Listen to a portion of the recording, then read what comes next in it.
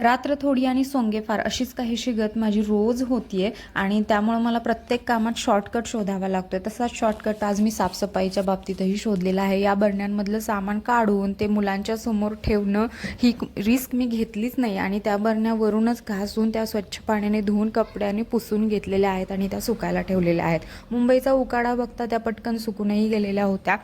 तर अशा प्रकारे मी ह्या कामाचा शॉर्टकट काढलेला आहे. तर ही बॉटल बघताय तुम्ही जी ध्रुवला गिफ्ट मिळालेली आहे.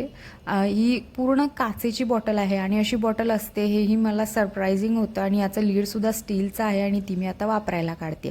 तर अशा प्रकारे हे कपाट मी साफ करून काढलेलं आहे अगदी शॉर्टकट वापरून. आणि मुलांना बिझी ठेवणं हे एक मोठं टास्क असतं.